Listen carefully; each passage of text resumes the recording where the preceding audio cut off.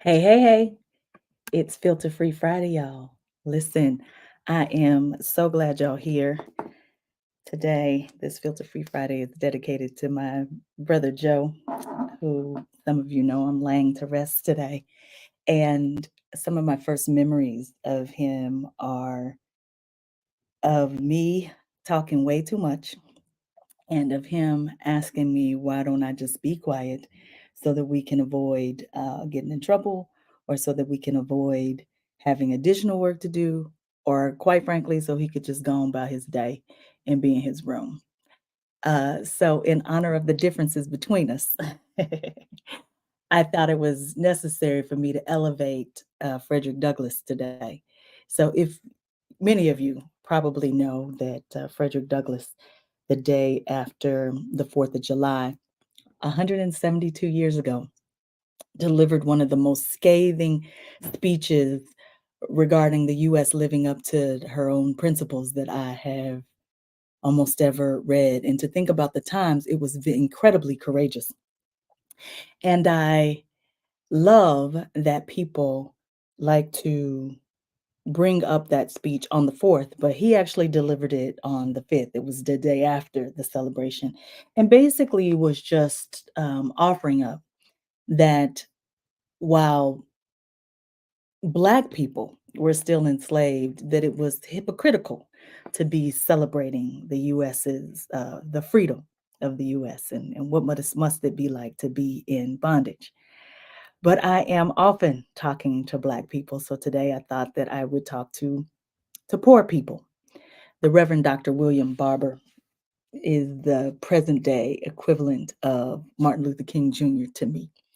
The man is working just fervently to bring people together across all kinds of demographics to be able to change economic disparity. You know, there's not a single county in the United States of America where you can work a minimum wage job and then also afford a two-bedroom place, any kind of place in any kind of area.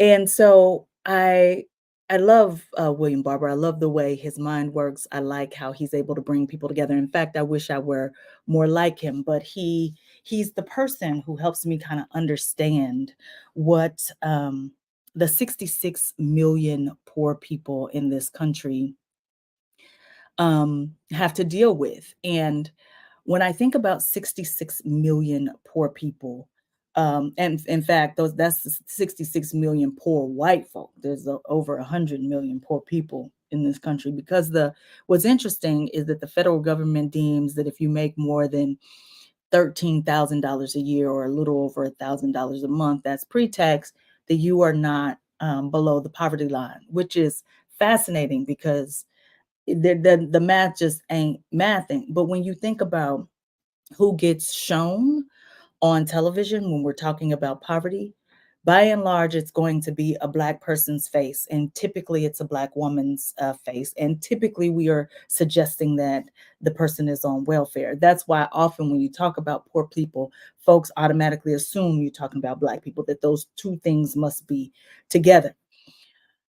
But William Barber wrote a book called White Poverty, and I have not read it, but he elevates that this racism and classism is impacting everybody by talking about what is occurring to the 66 million white poor people in this country, which that's 40 million more people, more poor people than that more white people who are poor than there are Black people who are poor. And what I think is worth talking about today is that June was Violence Prevention Month. And I spent an inordinate amount of my time talking about violence. In fact, serve on boards to address violence, to take time out of my schedule to have a go weekly to talk about what homicide, how we can impact homicide rates here in Kansas City. But what's interesting is 800 people a day die from being poor. It is incredibly expensive to be poor, either living in environmental places where the air quality is horrible or the water is bad. You've heard me talk many times about the four uh, 1,000 cities or 400 cities in this country with water quality worse than Flint, those are poor people living in those spaces. That's not everybody. That's poor people living in those spaces. When you look at Wyandotte County, which is just across the river, Kansas City, just across the river, air quality, one of the worst counties in the nation. Who's living there? Mostly poor people. So you just when we start talking about violence in particular, I think it's interesting because people are always wanting to focus on the people in violent zip codes. And I maintain that when you are in a violent zip code and you don't see any people, you can look at infrastructure and know that you're in a place where violence is high. How is that? And when I'm in a place that I deem to be safe, I don't have to see any people. And why is it that I can tell that I'm in a place that is safe? What is it about it? And so that's when you start to look and see that most of this stuff is structural. So when we start thinking about what needs to happen in November, 80 million United States citizens who are eligible to vote did not vote in the last presidential election. I ain't trying to tell you that you got a reason to vote if you're not poor. But if you are poor, I want you to imagine that, or if you just struggle to make your math ain't math. Think about the fact that somebody who makes $200 billion, and remember, B billion is not the same as million. So those of y'all who are multimillionaires, don't go get all in your feelings thinking I'm talking to you because I'm not, because you broke too. When you consider that somebody has $200 billion, and it takes me, if I gave you $1 for every second that you were living, it would take you over 30 years to get to $1 billion, and that there are people who have 200 billion. And I also argue that there's no way to tell the difference in practicality between having $50 billion, $100 billion, or $200 billion. Money starts to become more like a theory when we get to those kinds of numbers.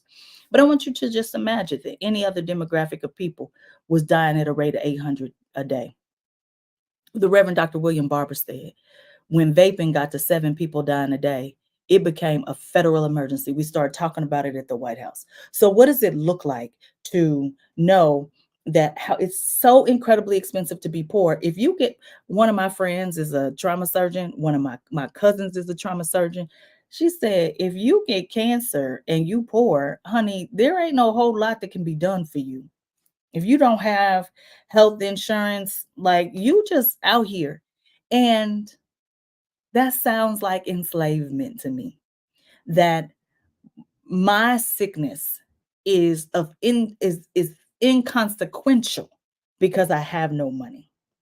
Is that what we mean by democracy? Is that what we mean by the United States of America? Is that what we think is good for our future? Interestingly enough, being poor is the fourth leading cause of death. Not how much, not gun violence, poverty. And so I wonder what would it look like if each of us took responsibility for just one person, to get them mobilized around the idea that a working person should be able to afford the basics like food, clothing, and shelter. A working person. You might think that the lazy people, you might think they don't deserve, they need to be outside. You might be of the opinion that it is okay to put people in jail because they don't have a home, and that's not cruel and unusual punishment. You might be of that opinion. But what about people who work? What about the people who working with you and they at the minimum wage salary and cannot afford a place to live? My perspective was broadened when I realized that there are principals of schools, there are teachers, there are um, call center workers living out of their cars. Go to work every day. Folk finding unique ways to shower and keep their clothes and get their children to school. Is that what we think? Meanwhile, during a debate, you see one of our potential candidates, when it is brought up that he lowered the tax rate for the wealthiest 1%. Come on now, these are the people who in the multi-billion dollar range, not you with your little $1 million you got saved up. The multi-billion dollar range, lowering their taxes. And one of those candidates goes, Well, of course I did. What does it look like to mobilize the more than 100 million? Because economists say that Nobel Peace Prize winning economists, these people know what they're talking about. They say that it is helpful to the economy to make sure that poor people have a living wage. It does not hurt the economy. But who controls the media to tell us that it's going to hurt the economy if we pay people a living wage? Who teaches us that? And then what do we think is going to happen when we have hundreds of millions of people who are just not able to make ends meet even though they are working? What do you think is going to happen? When I think about the March on Washington in 1963, people always call it that, but the title of it was Justice for Justice and Jobs. And they were pushing for $2 an hour to be minimum wage. And if you adjust for inflation, that is actually more than $15 an hour today. And people elevate the Reverend Dr. Martin Luther King Jr. for the speech he gave at the March on Washington. They say, oh, color of character, not a content of character, not color of skin, right? Like elevate that. But how much do we talk about the Poor People's Campaign, which ultimately many folks think that's why Dr. King was killed? I don't know how to save this place. I don't know exactly what to do. But I will say that when 41% of your population is impoverished and more than half of your children are living in poverty, the last thing we need to be doing is figuring out how to give more money to the rich and putting more squeeze on the poor. It's the last thing we need to be doing. And so if I can't mobilize you around um, free access to healthcare for women, or how about accessible healthcare for women? If I can't mobilize you around diversity, equity, and inclusion because you don't care about race, if I can't mobilize you around we need the Department of Justice, perhaps, just perhaps, I can get you to think about the fact that there are people, and this is not hyperbole, I ain't heard it secondhand, who when they want to try a burger, that they hop in their private jet and fly to any place around the country to try that burger because they ain't got nothing else to do with their money. Meanwhile, folk trying to tell you money don't buy happiness. I can tell you, dang, if I got a little bit of money, it'll sure make it when I'm unhappy a little better. And so here's what I invite you to do. For every person who feels like their vote does not matter, that I want you to ask them to vote for you, for the things you care about, for the people who are struggling with poverty struggling to make ends meet, for whom this idea that inflation is the reason that groceries are so high when we know grocery stores are having record profits, that it's both things can't be true. Both things can't be true. Are you passing on expense to your customers, or are you passing on your ability to make more money for your CEOs? Because I can guarantee you that money is not trickling down to the person sacking your bags, the person bringing the carts in. And too often we think that those are teenagers. And sometimes, especially those places that are open in the middle of the night, those are adults who are working 2 and 3 jobs trying to figure out how to make it work, and the ends still are not meeting. In a country that we deem to be the best in the world. Maybe you don't care about race. Maybe you don't care about um, religious freedom. Maybe you don't care about misogyny. Maybe you don't care about abortion rights. Maybe you don't care about none of that. But if you are not in this capitalistic society, I don't know if we were thinking about just ultimate greed. That you can make all the money you want, yeah, but all the money you want at whose expense? I wish I were more of an organizer. I wish I were more like the Reverend Dr. William Barber. But all I got is this platform, and all I have is my voice to be able to talk. And in my talking, my hope is that I can motivate at least one person to motivate at least one person. And in honor of my brother Joe today, with that, I'm gonna stop talking. It's filter free Friday, y'all. We got work to do.